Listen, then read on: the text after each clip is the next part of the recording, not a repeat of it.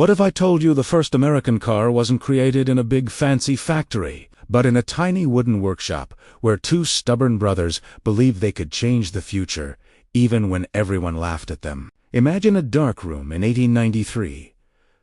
A single spark lights up, slowly revealing a strange wooden frame-part bicycle, part wagon, part dream. It looks nothing like anything America had ever seen before. Back then, horses owned the roads and bicycles were the big new trend. But Charles and Frank Duryea imagined something unbelievable, a wagon that could move all by itself. Powered by gasoline, their workshop was a chaotic scene of creation. The brothers bent over rough wooden tables covered with hand-drawn pipes, bolts, and messy notes that showed they were dreaming bigger than their time. Charles, wiping oil from his hands, would look at a sketch and whisper to himself, "If we do this right, this won't just be a machine, it will be a whole new world." Frank, tightening a bolt, would give the frame a gentle tap and say, "People think we're crazy, but maybe crazy is what America needs." The workshop shook with the clanking of tools, the smell of heat and smoke, and the quiet heartbeat of two dreamers working long after the town had gone to sleep. Outside, curious neighbors whispered, "Those bicycle boys are up to something strange." Others just shook their heads and laughed, convinced the brothers were wasting their lives. But they kept going, ignoring the jokes and the doubts, because they felt something bigger calling them forward. Newspaper headlines spun across the screen of public opinion. Mad invention, dangerous contraption, mechanical nonsense. But none of it slowed the Duryeas down. Late one cold night, the brothers pushed their strange wooden car out into the street. Under a weak lantern light that barely showed its shape, a moment of truth arrived. No one knew if the machine would move, shake apart, or even explode. Frank carefully poured gasoline into a small tank, a liquid most Americans had never seen or smelled. The night suddenly felt more dangerous and more exciting. Charles wrapped a rope around the flywheel, took a deep breath, filled with fear and hope, and gave the first strong pull. The engine coughed like a sick animal, and then went silent. The street was thick with tension. He pulled again, harder, sweat beading on his forehead. And still nothing. He took one more breath, and pulled a third time with all his strength. Suddenly, the engine exploded into life, with a roar that shook the ground. Neighbors jumped back. Somes cried. Others stared with wide eyes, and children peeked from behind fences as the strange machine growled loudly in the night. For the first time in American history, a gasoline engine woke up not on paper, not in a dream, but in real life. The wooden wheels twitched, shook, and slowly began to roll as the brothers stared in disbelief at their creation moving on its own.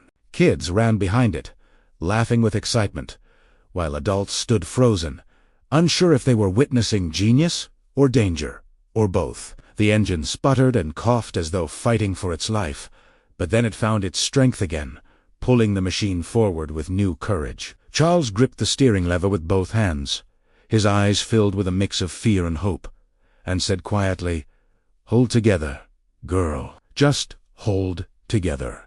The car picked up speed on the rough dirt road, shaking so hard it felt like one wrong bump could break it apart completely. This little wooden machine, trembling and scared, just became the first American gasoline car to move under its own power. Back in the workshop later, the brothers smiled with tired, shaking hands.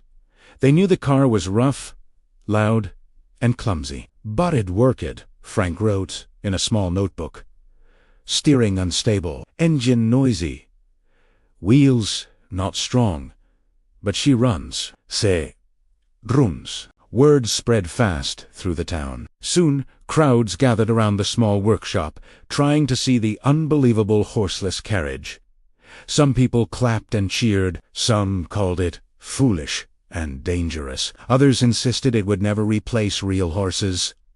But the brothers just kept working. Day after day, they replaced weak parts, made stronger wheels, tightened loose bolts, and added new pipes, slowly turning their shaky machine into something that began to look reliable. Then one morning, a letter arrived. It was an invitation to join the American automobile race in Chicago in 1895.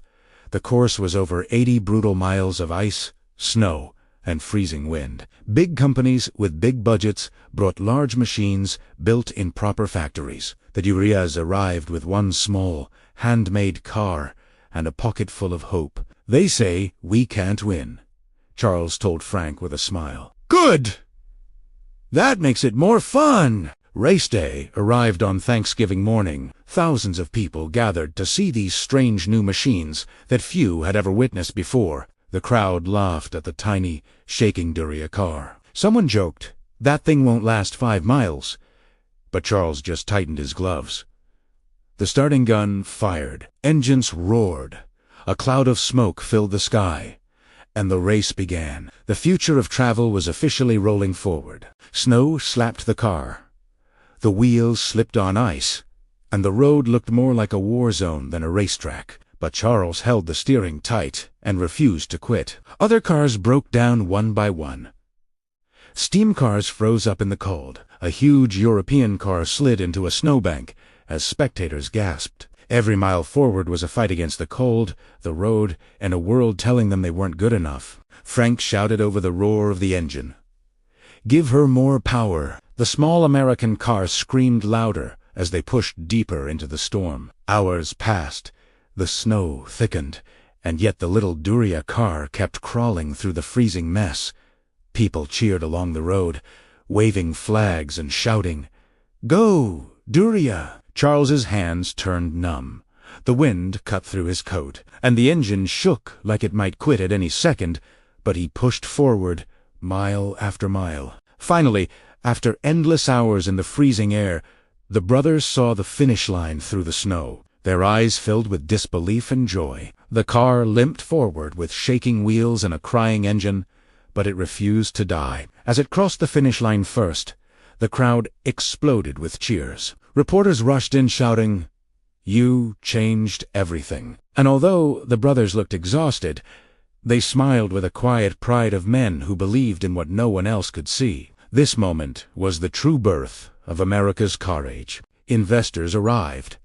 Orders came from across the country, and the Duryea Motor Wagon Company became America's first automobile company. The brothers built more cars, made better engines, and turned a small workshop dream into the beginning of an industry that would shape the entire modern world. Highways appeared, factories grew, and cities changed. America became a land of roads, travel, and freedom, all because two brothers believed in something everyone said was foolish. Cut to they. Cut to they. Our modern highways are full of fast cars, bright lights, and roaring engines that move at speeds the Duryeas could never have imagined. Now, cut back to the original Duryea car, sitting quietly in a museum. It's small, shaky, simple, yet powerful in its story. This little wooden machine didn't just move. It helped move an entire nation forward. It changed jobs, families, dreams, and the very way Americans lived, worked, and explored their huge country. As the museum lights glow on the tiny car, dust floats gently in the air, and the past feels alive again. This wasn't just America's first car, it was America's first step toward the world we live in today. As the camera zooms in on the old headlamp, it reflects the lights of modern cars passing by outside, joining past and present in one single moment. An engine heartbeat echoes softly, reminding us that the American journey never really stops.